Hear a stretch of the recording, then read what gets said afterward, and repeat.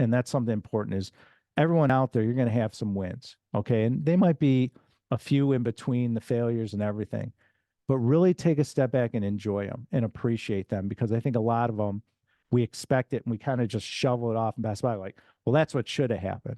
Well, Yep. yeah, it maybe we feel that way, but really enjoy that.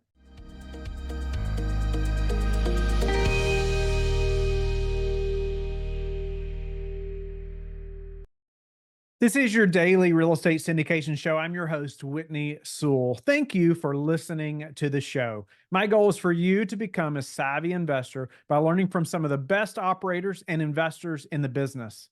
I'd like to hear from you. If you have questions you would like us to ask on the show, or if you have someone you would like me to interview, please let us know by emailing info@lifebridgecapital.com. We would love to hear from you. Please leave us a written rating and review. I would be grateful. Do not hesitate to let me know how we can best serve you at Life Bridge Capital. And now for an amazing interview with my friend, Lance Pederson.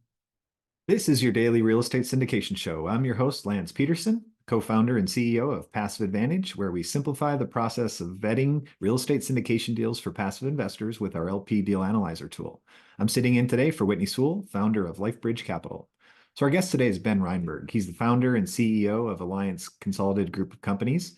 Alliance invests in commercial real estate across the U.S. Their focus is on net lease properties, which include medical, retail, office, and industrial. So in today's episode, Ben shares the importance of personal development, being present, and continually working on oneself for both personal and business success. Ben also highlights the value of creating a community within a company, fostering a growth mindset, and aligning the company with its employees' personal and professional goals. Hope you enjoy. All right. Thanks for joining us, Ben. It's a pleasure to have you on. Good to catch up with you. How are you doing? I'm fantastic. Thank you so much for having me on. What a privilege. And it's great to be here. I look forward to adding some value and some knowledge to your audience. Yeah, definitely. Yeah. So as we discussed, so we're going to be talking about a lot of stuff here today, but, Ben's been in business a long time. It's been a journey like we all are on. And so today we're going to hit on some kind of deeper stuff. Maybe this will be a bit more of the philosophical episode, but that's how I roll. That's how Ben rolls. So we hope you enjoy it. And so we'll get into it. But yeah, Ben, why don't you share a bit? I know that, your background and kind of, like I said, the journey that you've been on has really, there was some formational events in your childhood and just, things that kind of were instilled in you from the beginning that kind of put you on the trajectory you're on. So why don't you share a bit with the audience about that? Well, I come from a family. I'm from Chicago, as you know, Lance. And so for your audience, I'm from Chicago. I'm from the Midwest. And these Midwest values we have is you get a job, you do everything you can to get to college, you get a job, you get a salary. Maybe you live in Chicago. God willing, you live in the suburbs. You take the train downtown to work in a suit and tie in the cold with your trench coat and your rubber boots and hat, and you go to work, you grind, and then you come home and it's dark. And that's the life I learned. That's what I saw my parents, especially my father, doing. And I was always someone that wanted to break free. I was a rebel. I never wanted to do anything normal. That's what I was born with. I had this entrepreneurial spirit, but when I was a kid, it really wasn't called entrepreneurialism. It was more like start your own business and take the risk and see what and let it fly. And so I had to kind of break out of my family structure, watching my father go to work every day and know that there had to be a better way. And so it was interesting when I was 8 years old, my first job is I learned that I wanted to make money. Everyone knows me. I love candy. Now, I went to the dentist yesterday and she said, the candy that you're eating, Ben, is not really good for you. And I had a awakening yesterday with her. And so now I'm a little concerned because I'm a Swedish fish junkie. Oh my. And so she's like, we got to stop that. So she gave me a little bit of a lashing and I appreciate it. She's a great lady. And so what I did when I was 8 years old is I wanted to buy Slurpees and candies. There was a 7-Eleven down the street. And I grew up in a town called Holland Park, and I boarded a town called Highwood, Illinois. And Highwood, Illinois, when I was a kid, had the most bars per capita per square feet in the United States. And so they used to leave the bars open. As a kid, you could walk into the bars and you'd see people drinking and people smoke cigarettes. That was the big thing back then in the 70s. I was 8 years old, but I had this mind, this mathematical mind, and this entrepreneurial mind of, I'm always the person to figure things out to get it done. And I will push the envelope and do whatever it takes to get something done, a task. That's who I am. And so I was 8 years old. I walked in the bar. I saw people buying cigarettes from a cigarette machine. And at the time, it might have been $1.25, $1.50 a pack, and they'd pull the handle, and there was all different types. But there was a general theme, and I just sat there watching. And the general theme was Marlboro Reds and Marlboro Lights. A lot of the men and the women smoked the Marlboro Lights. So I started seeing the pattern. At 8 years old, I could see this. Well, I used to go and sometimes buy candy at a local pharmacy down the street. And, you know, they had Playboys and the magazines and pharmaceuticals. And so I saw they sold cigarettes behind the counter. And I found out how much, because they had a sign of what they would sell a pack of Marlboro Reds for. And then I took my pencil, and I was learning math at the time. And I realized how much was a pack of cigarettes compared to what they were selling in the bar. So I had some money, and I paid a guy outside. We had a large Mexican population in Highwood. And so I paid a guy some money, a couple bucks, and said, would you buy me a pack of cigarettes to incentivize him? He said, no problem. That's what it was back in the 70s. Guy bought me a carton of Marlboro Reds. That's what I started with. Went into one particular bar, sold all the packs of cigarettes for a discount compared to the machines. Now, was that dangerous as a kid? If these are mob-owned bars, probably. It's probably not a good idea when you're 8 years old. But I was 8 years old and I was fearless.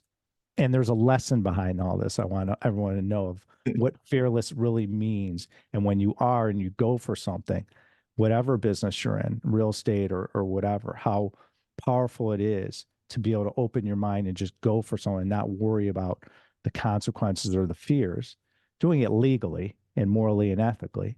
Now, I'm not saying what I did was great at 8 years old. However, I was on a strategy to buy Slurpees and candies. That was my desired outcome I wanted, Lance. Yeah. And so what happened was I would go in, I'd throw the cigarettes in a pillowcase, put it in my sweatshirt, and sell. And I did for about 5 months and worked out well. And I had a lot of cash, and it got me to my goal. And that's what kind of people look back and like, well, what launched you? That moment, those moments of looking at the risk, figuring out how was I going to acquire the cigarettes? How was I going to make a profit? How can I figure out what kind of profit I would make? Those skill set have carried with me today. That those 5 months I was selling cigarettes. And so it's the little things I've done in life that have stacked upon each other to create success. And it's not for the faint of heart being an entrepreneur. I mean, you got to work hard, you got to show up, you got to grind, you have to focus, you have to bring in great resources like we did with you and other people we work with.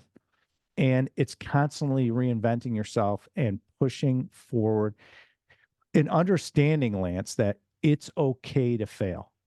It's okay. Like, everyone fails. And by the way, really successful people, you might not see all the details that we go through on a daily basis, but they exist.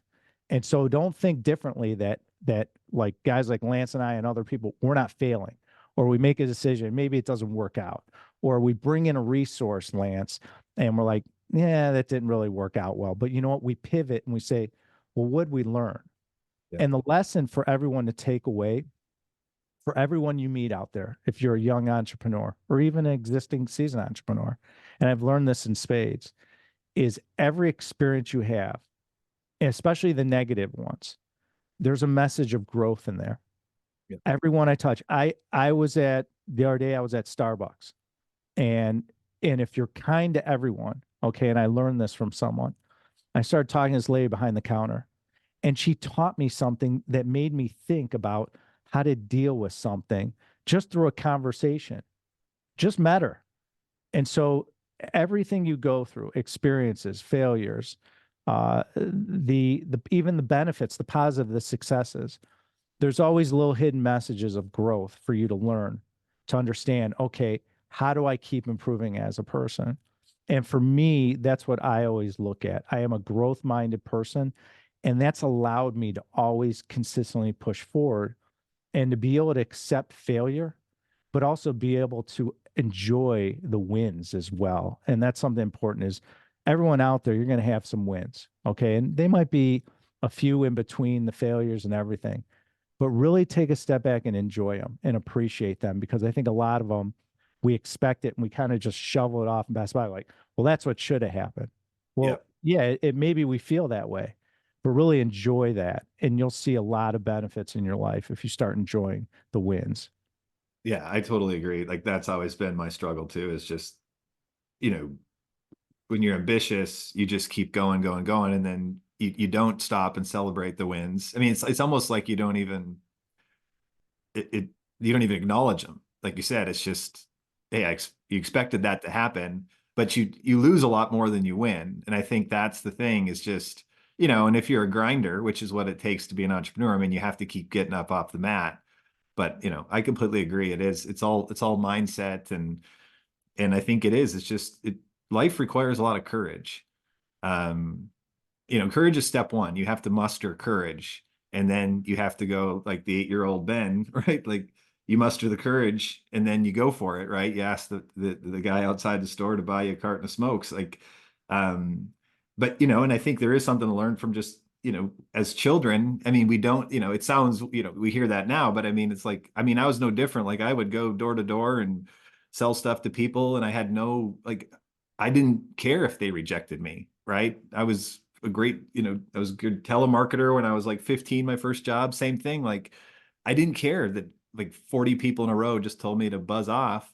I just kept going. And then you look at the leaderboard and I'm beating them. But as you get older, it's like you start to lose that, right? And I think it is because the world beats you down. It's trying to tell you that you're not good enough. Um, you know, and I think, you know, it is that mindset. It's just the mindset of like, it don't matter. I got to keep going. I just got to keep going. You win, celebrate, you know, enjoy it. I mean, you just, it's life. It's all mindset. It's all mindset. It's interesting because everyone cares what other people think. And that's our biggest hang up is that, and especially as you get older, you know, you start worrying about what other people think. And so when you're a kid, it's like when I was 8 years old, it's like, I don't care what anyone thinks. I'm just worried about getting a Slurpee and eating some candy, right? And how simple is that? The other thing I've learned that I could share with your audience is we're always rushing as entrepreneurs. Gotta get this email out. You know, back in the day, gotta send out this fax. I gotta get this out by FedEx. I have to get this because it has a domino effect on 3 other things. And I get that. I get the domino effect there, especially doing a lot of deals and whether leases or acquisitions or dispositions or negotiating, you name it. You know, urgency and timing is everything, right? Times kills deals, as we say. Yeah. However, taking a step back, and as I've aged, I've learned this from a lot of people and learning for myself is slow things down. And when you can slow things down, it accelerates everything. So when you're doing deals or you're dealing with an employee or a resource, slow it down a little bit. You know, slow down your schedule. You know, one thing I do, I give people advice on my schedule is my assistant blocks out sections of my calendar. So for example, I'll be on this podcast with you. And then my next Zoom call, I might have 15, 20, half hour, even an hour between to give myself space to just be able to collect my thoughts, prepare for the next meeting, take care of work. And I found that I'm more efficient. My communication's better. I'm more relaxed on the phone or a Zoom call. And that goes a long way. People say, well, why do that? What ends up happening is what ends up happening with that is you're more present with the person. And being present is so important in life that I've learned. And because when you're present with someone like I'm present with you now on this podcast, it allows us to go deeper in our relationship. It allows me to listen better. It allows me to respond. It allows me to help you. And so it's these little things, it's these little tricks where people are like, what creates the success? Listening, being present, and really focused on the person you're with. It's a respect factor as well. It's Sure. to me the little things. We can get into like how to structure a deal and how to underwrite and all that stuff. And that stuff you learn over time in business. Yeah. However, it's those ancillary things that go along with understanding business that are so important that I've learned over the years. And I hope everyone gets something from that to kind of reflect back on them and say, am I slowing down? Am I giving myself enough space? And so for me, one thing I've done over the years is I block out times in the day just to think, just to sit by myself and think. And when I do that, I'm dangerous because all of a sudden I'm like, you know what? I want Lance to do this, this, and this. This would be great for him Yeah. and for us. Where I'm saying, you know what?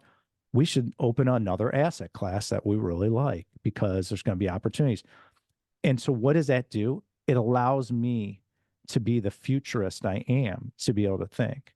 And so giving yourself time to think is really important. First of all, it's good for your health. It's also good for your business and the people around you to know that you're really taking the time to implement some ideas that really have an impact. Oh, I agree. I mean, because if you are the leader, if you're listening and you're the leader of your organization, I mean, your primary roles are you own the vision, which you can only have a clear vision if you spend time thinking.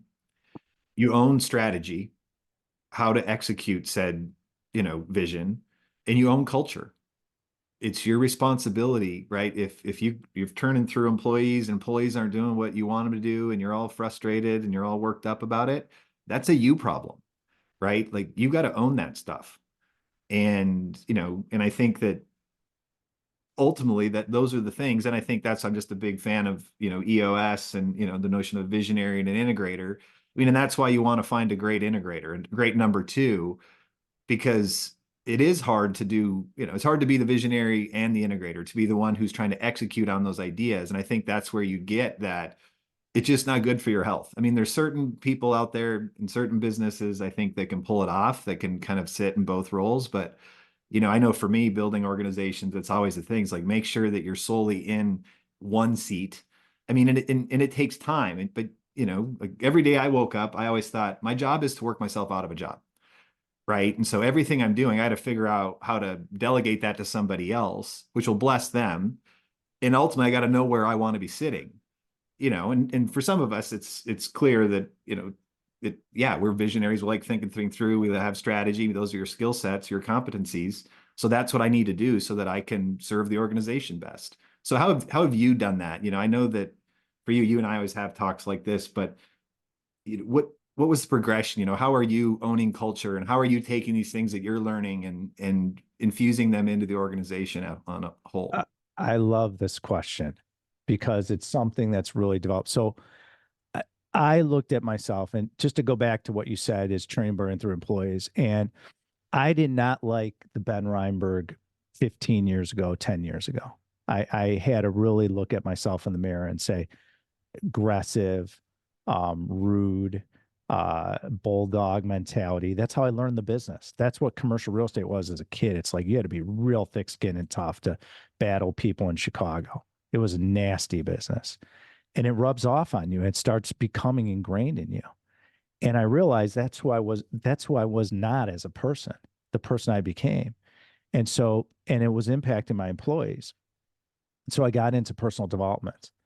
And that's what started changing the culture. And we call it a community. And then recently, what I do for my employees and myself is we do what's called playbooks. And everyone in my company, managers, leaders to their people in their departments, respective departments, what they do is everyone does a playbook. And what the playbook allows you to do, it allows my company Alliance to help align ourselves with the life that our employees want to design for themselves. So there's three sections. There's personal, there's business, and there's your future. And so what's interesting in our company is our employees, personal, are into health and wellness, which I'm a big proponent of. It's interesting how they mirror what I do. As it comes to business, which is what I do, I have a lot of mentors and coaches from all over the world. Huge fan of learning, seeing a different lens, Lance, to growing as a person, and it makes me better. And that makes me a better employer. It makes me a better person around personal and business relationships. And so I continue to work on myself. And I've allowed to open myself up in these type of skills to my employees, and they love it. They gravitate to it because they're like, we see the changes in him the last 10, 15 years out of his almost 30-year career. Yeah. That's a good leader. That's someone we want to follow. And that's what we established. And so with the playbook, it allows them to look at what do they want for the business? Well, majority of our employees want mentoring and coaching just like I do. So it keeps mirroring off of what I want. It's interesting. And then the third thing is, which I think fascinating, you know this, we're in the investment business. And so their future is they want to learn about investments. And so we align the company with personal development to bring in mentors and coaches and speakers where we'll get on Zoom with the team and everyone learns. Or it could be I get on and we talk about our investments and why we bought something or why we're looking at something or why we're opening this asset class. And so we're very growth-minded company. And what we're seeing is our employees like that. It's challenging. You have to be vulnerable. And so what I do on a weekly basis is with my leadership team, we go through their playbooks. And so, for example, Lance, let's say you were in my acquisitions department and you were going to make 250 calls a week, right? And you were working 5, 6 days a week, whatever it was. And you said to me, you know what, Ben, I didn't sleep well this week. Or maybe in your playbook, you want to exercise 4 or 5 times a week. You're like, I exercise once. It's interesting how your personal life and the things that you want, you personally own that, and you didn't do it, how it impacted. And you're like, I only made 160 calls. Okay, well, if you would have made 250, maybe you found the deals, get your commissions, keep growing as a person, the company, et cetera. And so what we've seen is people's personal desires really impact their business life. And that was an exercise I showed people is that when you're struggling personally, it will impact your business life in business. When you're struggling in business, it will impact you personally. So when we lay out what you really want on a personal level, you will see live every week how it impacts your business life. And you'll see how that will impact you personally too. So we encourage people to take care of their health. We encourage people to give themselves space and time block. We encourage people, and where this all came from especially was we saw this hybrid remote work life that everyone has now. We're all remote. You know, I have an office in Newport Beach and I'm here with a couple people that work for me, and we have an office in Chicago and some different offices around the country. But I couldn't figure out, Lance. I was like, how do I deal with all this when working remotely? In Chicago, everyone was in the office together. And I missed those days. There was this osmosis where we'd sit at the water cooler or a microwave or the kitchen, and people were eating lunch, and we'd be able to talk about like what's going on with their kids. How did they get into the college they want? Or, oh, it's your daughter's birthday or quinceanera or whatever, all these incredible events. And we'd be able to share in them in live time.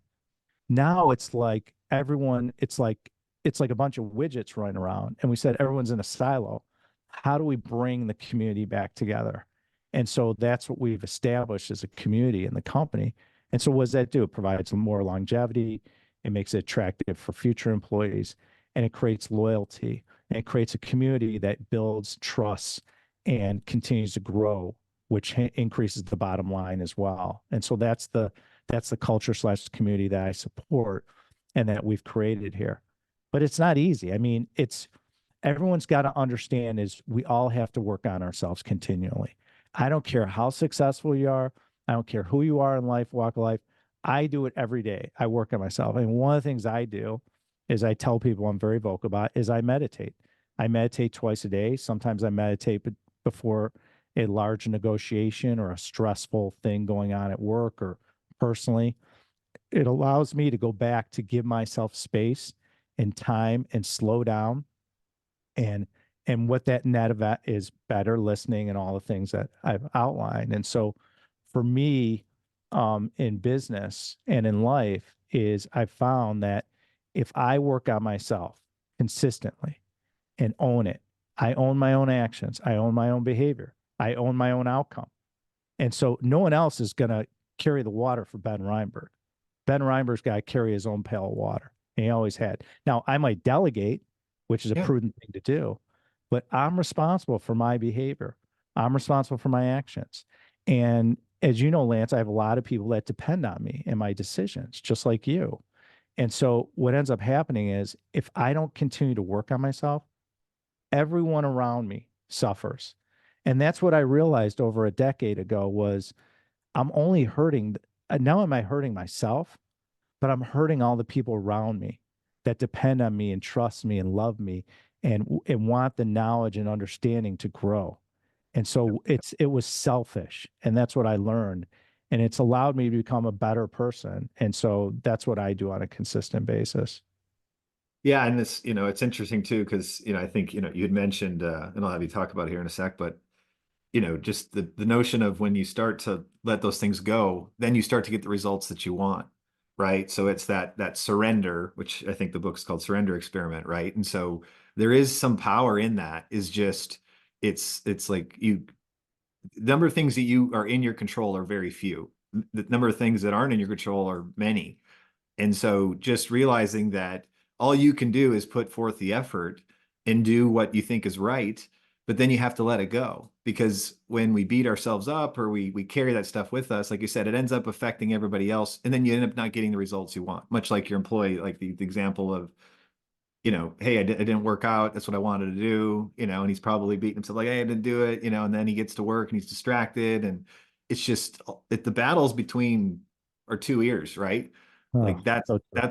that's where the battle really takes place. And so it's just freeing yourself up. So maybe share a bit more about that book. So the recommendation, the author, Yeah, I it's mean, so Michael Singer, so one of my mentors had me read The Surrender Experiment. She gave it to me a few weeks ago.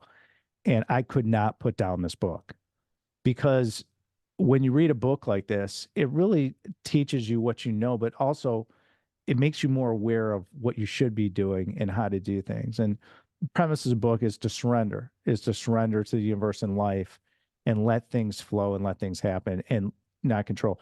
All of us out there, if you're an entrepreneur or a business owner or even an employee, we're always trying to control the outcome of life or our work day or our relationship. Man, I hope she really likes me.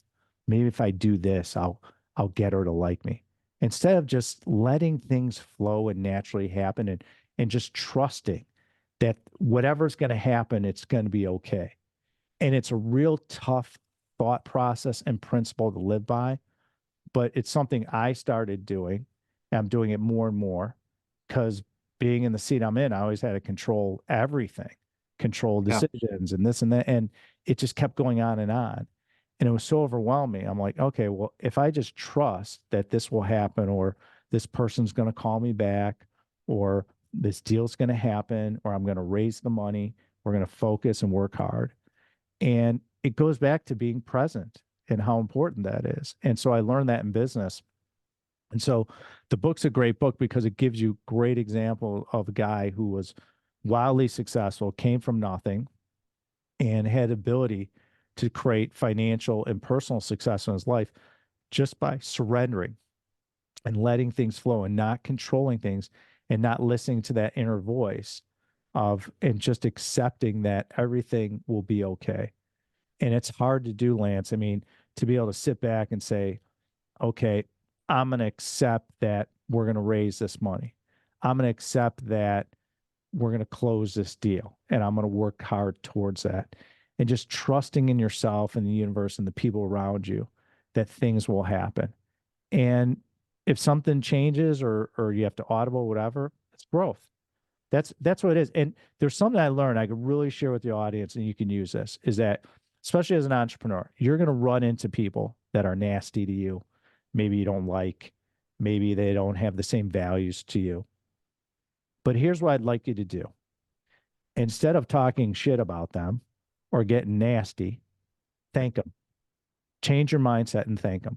And all you're out there, why would I do that? Why would I thank someone? You thank them because they showed you something that provided you growth. Well, I don't want that in my life. Or I learned something from that person. Yeah, I might not agree with them, but I learned it was growth.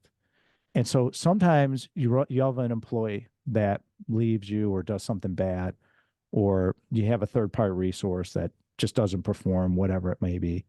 We all go through as entrepreneurs. You will, especially as you grow in business. Sure. I've learned the best way to handle that is even if you bump into that person through it, just say thank you. And they're going to be like, thank you. Thank you for what? I screwed you over. Well, you grew and learned something from that experience. The universe put that person in your life to teach you a lesson of growth. Maybe you need to do something. Maybe you had to be more selective. Maybe you learned from the experience, like, we're not going to do that again. And so if you take the approach of thanking someone, puts you in a better mindset too. And I had to learn that a long time ago as well. And that's something you guys out there that are listening can use, especially in business. I mean, business is really tough and you meet a lot of different people and everyone's out for themselves. And if you don't work on yourself and you get this mindset of where you're bitter, it makes your life harder. It affects, like Lance says, the things between your two ears. And so take a step back and look at a negative situation in your life and thank it and be like, thank you. You know what? Thank you. I learned something from it. It was growth. And that will allow you to keep pushing forward and keep pushing forward. I agree. Yeah. And the way I frame that the same sort of concept is no judgment. So, right. Because, good things happen to you, bad things happen to you. People do things, right? They upset you, but it's just never carrying judgment. So, which the flip side of it is just forgiveness, right? So it's like, I don't know why that person did that. Like, I don't know why they mistreated me or they did what they did.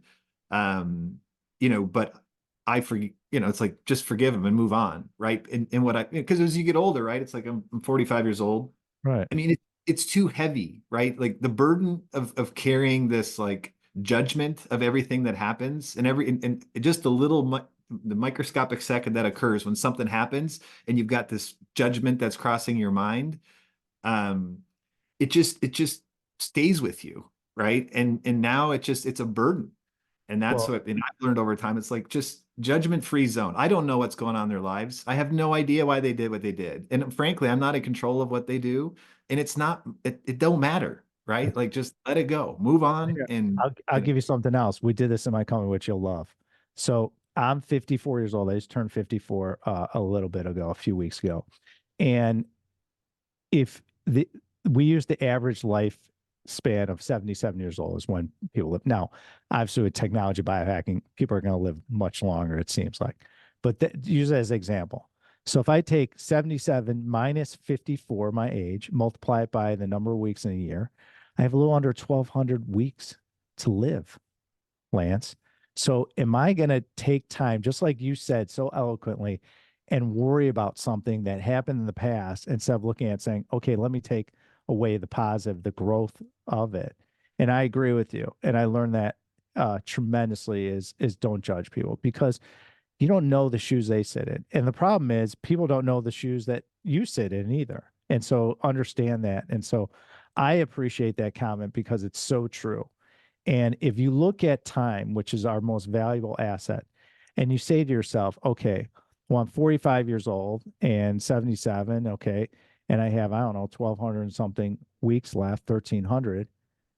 Am I going to spend my time worrying about something that happened in the past instead of being present and really creating an impact on someone else that I could benefit and build a deeper relationship with? And when you look at that, it's like, yeah, I'd rather spend my time on something better, that's something more desirable, how I want to live my life. most definitely, it's just not worth it. Hey, great conversation as always. So Ben, where can people find you if they want to learn more about Alliance and the medical properties and Sure. all that you're Well, up? if we're we're uh we're located at alliancecgc.com. It's alliancecgc.com. We're the leaders investing in medical office and veterinary office around the United States. We're office, industrial, and retail experts. If you want to come and invest in our fund, that you can invest with us all through our website and fill out a landing page, and we'll have someone contact you. And we have limited spots, so act as soon as you can if you are interested in building return tax benefits and a profit in your investments. Additionally, you can follow me. I'm all over social media. My Instagram is at the real Ben Reinberg.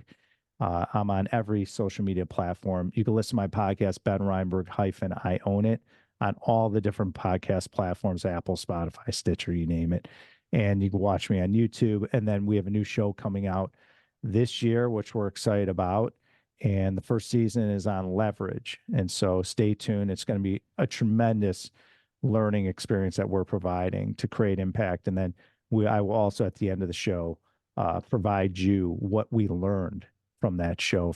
And we have incredible guests, billionaires, celebrities, you name it, coming on the show to really speak about a topic that will resonate with you in business and life. And so that's something I'm looking forward to. And then feel free. We also have webinars, Lance. We're always out there speaking and talking. I'm speaking soon. Actually, I'm speaking at Fund Launch Live in a couple months in Orlando. You'll be able to see me, and I'll be speaking around the country and parts of the world to really create impact and help people and talk about topics that most people don't want to talk about, that a lot of younger people are asking that people just don't want to share. And so I'm going to take that advantage and really help people between 35 and under and 50 plus to help them with their financial lives. Awesome. Yeah, I'm looking forward to the new show. So it's good stuff. Well, as always, Ben, thank you so much. Appreciate it. Appreciate you. Thanks for having me. Yep. Thank you for being with us again today. I hope that you have learned a lot from the show. Don't forget to like and subscribe. I hope you're telling your friends about the Real Estate Syndication Show and how they can also build wealth in real estate. You can also go to lifebridgecapital.com and start investing today.